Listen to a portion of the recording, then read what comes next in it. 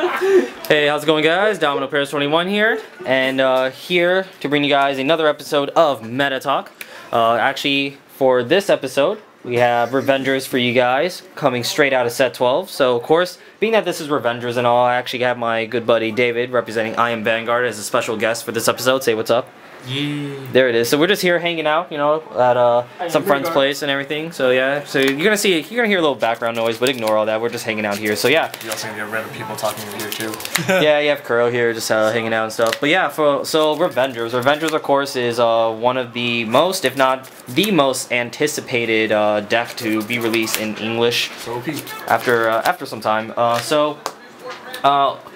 Definitely with Revengers, it definitely brings a huge upgrade to Shadows because now Shadows actually have a more effective strategy, and I mean, Revengers itself really brings Shadows up to a more competitive style of play now. So overall, of course, we're gonna be giving her a little bit of analysis and ratings based on the three categories, as I always do, which is pressure, how well this deck pressures your opponent; consistency, how consistent is this deck; and 3 is advantage. So of course those three categories is what makes a competitive deck. So David, of course, I'll let you go ahead and kick things off, but just with your overall impressions, I know you've been playing Shadows since day one, and I know of course you do have this featured on your channel, being that you do play Japanese decks and such. You know, what kind of difference did you really feel you know, when playing Revengers versus the older Shadow Paladins?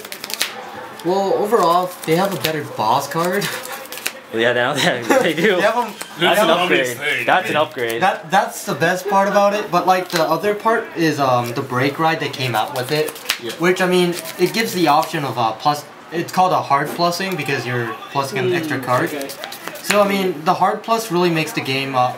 Gives the huge advantage for. Well, it's nice too is the tutors as well. But yeah, definitely it's a pretty pricey deck right now, but it's a very good strong deck. Also, I'd like to state right now for people that are watching this video that has played Japanese first before any of us, so you know. David here has definitely a lot of great familiarity. I can talk tonight. So that's why he's on this video. So let's actually get started. So first category is pressure. How well does this deck pressure your opponent? Well, although definitely this deck has a nice good offensive upgrade, of course, with Raging Form. Raging Form is virtually the only, I guess you could say, pressure card there is. So Raging Form, what he does is, at the end of battle, when he attacks, Limit Break 4, if you have another copy of him in your hand, you sacrifice 3 Revengers, superior item, and he gains +10, so of course you can initiate a second attack. When it comes to late game, I know especially playing against David, you know, I had to test with his Revengers. You know, this card, it definitely was on the back of my mind, whether, you know, it's kind of like when you play against the end, you know, whether he has another copy in his hand or you hoping he doesn't drive check one. So I don't know, David, like, other than that, I mean, if you with your experiences playing against them and with Revengers, you know, what kind of pressures do you kind of feel when playing against Revengers? Well, as you know that other decks that are pressuring, like your Overlord the End decks, there is not really a strategy, but like there is some mind games you can play. Like you could have an extra copy of Raging Form and not use it, just so you can not waste 3 cards and then not finish the opponent at the same time. So yeah, because what's interesting, strategies like that would work. What's actually interesting, of course, you know, I'm just throwing random cards down, but let's see. Because normally if you had just, you know, regular formation, typically to take a lot of advantage out of him, you attack with the rear guard first, and then when you're using his Persona Ride, you sacrifice these 3. But if you don't have it, you can still follow the same attack pattern to keep your plays unpredictable. So your opponent doesn't know whether they should, you know, account for your Persona Ride or not. I think that's kind of where the real pressure comes in, is just with the Raging Form. But outside of that, this deck is more of a toolbox deck, not really a pressure deck in a sense. I can't talk either. Not much pressure in this deck except for that one card, to be honest. So it's really not much to it.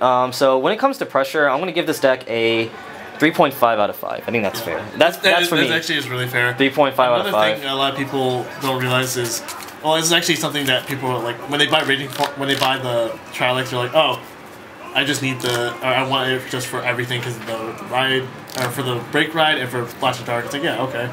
But by himself, and what I've noticed in matches, not just by us in the area, but in general what I've seen, is that Mordred Phantom by himself is still good, even like after the break ride turn.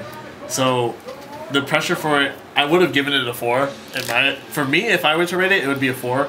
But 3.5 is actually reasonable because... So Kuroh rates it as a 4. Yeah. And then I give it a 3.5. What about you, David? To be honest, just pressure-wise, because pressure itself, nothing else. I've seen so many other decks that are really pressuring, so I'd only give it a 2, to be honest.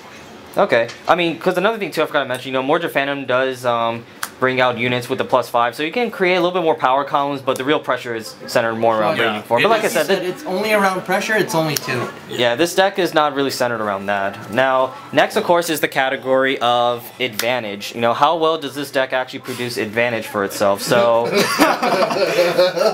trolling, got some people trolling in the background. So when it comes to advantage, Mordred Phantom, it's going to definitely be centered around the combination of toolboxing with Mordred Phantom and Blaster Dark Revenger and Doranth. So David, actually, hello. They all look the same. They all look the same. Anyway, she got a sister. Wait, it's the wrong one. All right, so David, since you actually are the Shadow Phantom player, how about you just explain real briefly how this combo works? All right. Usually, if you don't have a card, can I get a Raging Form? All right. Let's say you break ride a Raging Form, and if you have this in the hand, with the Mordred's effect, you can call it on the rear, and then just call it separately, and then unflip the damage, and then just counterblast. Just counterblast 2, and then retire. So, not much counterblast. Or you can have this on the field, and then use the break ride and call this. So there's definitely, with this combo right here, it allows you to go to effectively manage your counterblast. So it gives you a lot more chances to not only toolbox into Blaster Dark Revenger, to keep knocking out your opponent's rear guards to essentially create some pluses that way that it generates. But also it just gives you ways you can do it more consistently. So it kind of produces advantage that way. But another card, of course, that can produce the pluses for you is Tartu and Dark Bond, of course. So Revengers, of course, generates pluses for you by minusing your opponent. Tartus and Dark Bonds are designed to give you pluses to your field, not not by minusing your opponent. Tartu I really like though. They're usually my sack material. That's really the whole idea with the pluses, I guess, it generates. Is for sack material for Raging Form. They play Farmville, that's all you do. That's really what you do. You Farmville with Mordred Phantom, that's kind of the main strategy.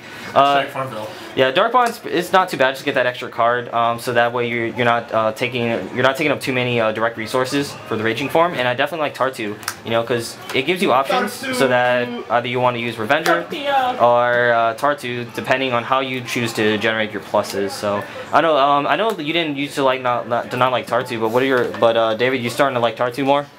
Oh, like I said, before my strategy was using Blaster Dark and just knocking off cards in the front. But like now, I actually use Blaster Dark to unflip damage with the Doranth combo, and then use Tartu to get in the advantage. So there's definitely a lot of what's it called? A lot of counter blast. Right before, a lot of good counter blast. When I didn't use Tartu, I had to use draw triggers. Yeah.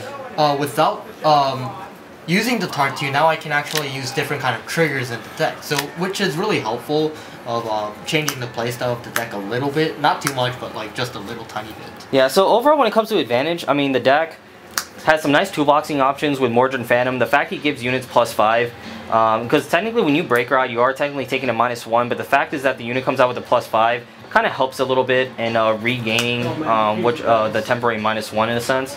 Since you don't really have to worry about boosting sometimes, but it's really the Tartus, the plays with Blaster Dark Revenger and the Tartus that really generate those nice little pluses for you. So when it comes to advantage overall, I'd say I give this deck a 4 out of 5. You know, if the deck really does have its main strategy going for itself, then I mean, in the end, you are kind of sacrificing them off a Raging Form, but by the time you're going off a Raging Form, you should be winning anyway. So I would rate it a 4 out of 5. I don't know, what would you rate it, Kuroh? I'd give it a 4 out of 5 as well. Also, like in the sense of what's been going on with how people have been playing decks and stuff.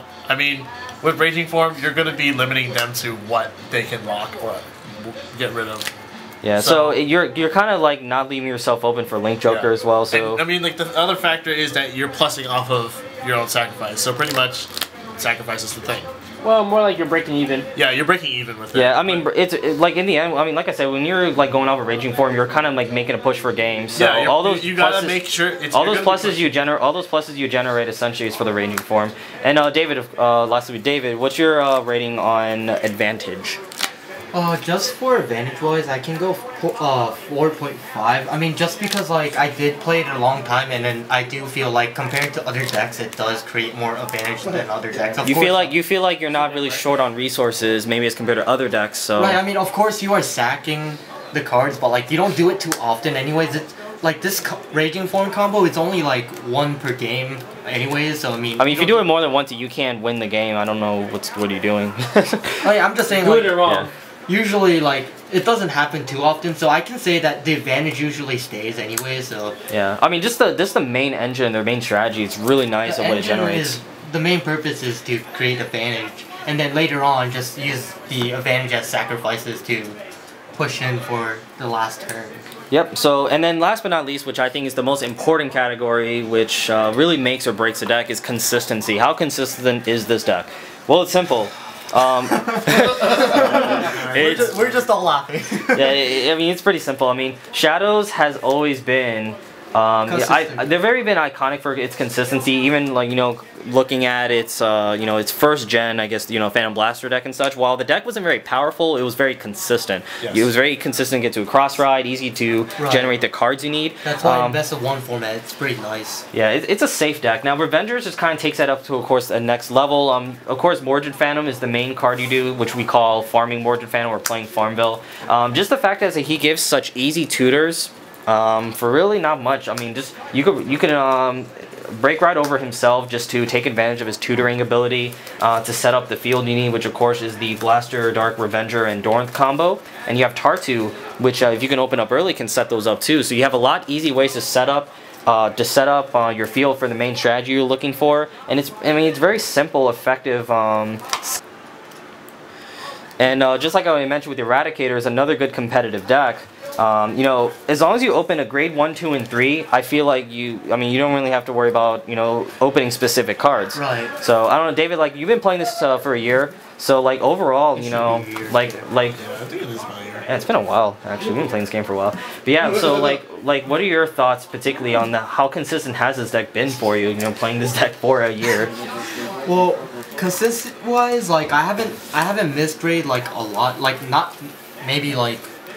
Well, any deck once out of any 30 games I play, like that's probably like the only one time I missed grade. But like consistency-wise, it's pretty nice. I'll just give it 5 out of 5 if I have to rate it. Yeah. Because I mean, I would say overall, when it comes to executing the main strategy of the deck, I mean, have you ever found issues on maybe you couldn't get your Dorrance on the field, you couldn't get your Revenger, that Lost Dark Revenger or anything? I mean, like I said, this deck has so many easy tutors to get to what you need, and the strategy is very simple and but effective. Mordred Phantom Tartu itself is already like Dark Bond Trumpeter and Dark Bond, and then even this is actually the best card that I think does really help with the engine is the Creeping Dark Goat. I mean, more grade 3s is more grade 3s. Right, because you need the Raging Forms in your hand ASAP. So and you can even play Claudius in the deck with Dark Bond. So like I said, there's just so many plays and options you can go with. So you're not. I mean, the deck doesn't necessarily rely on just having drawing a certain card just so you can execute strategies. The deck really synergizes with itself, and that's really what plays a big part is synergy. So that's really what makes a nice, good, effective Legion as well. Synergy. So yeah, overall. So look what I just started. So overall, when it comes to consistency, I'm gonna give it a 5 out of 5. 5 out of 5. 5 out of 5. Kuroh, what about you? For what? What Consistency. The consistency on what I've seen, really consistent. So 5 out of 5. Yeah, 5 out of 5. 5 out. This is my hand representing him. This is not his actual hand. But yes. So yeah. Long hands, guys. So yeah, overall, I mean, we definitely anticipate Revengers definitely being in the competitive meta for some time, and it's just a very good effective deck. So hence why it's very expensive. Like this card's like what, $40? I don't know. 30. 30, whatever, I don't know. But yeah, there you have it, guys. That concludes our episode of Meta Talk. And as always, guys, get out of here. What are you doing with that? Wrong game. Anyways. Drumbucker Dragon! Get them. Anyways. Well, thank you guys so much for watching. As always, for any fellow Shadow Paladin / Revenger players out there, feel free to comment down below and share with us what you guys think, what are your ratings and such. And definitely, if you guys want to see deck profile and some matches, definitely check out the channel for that. And of course, David here will have the profile and such. But yeah, alright guys, thank you guys so much for watching. See you guys later. Don't forget Farmville.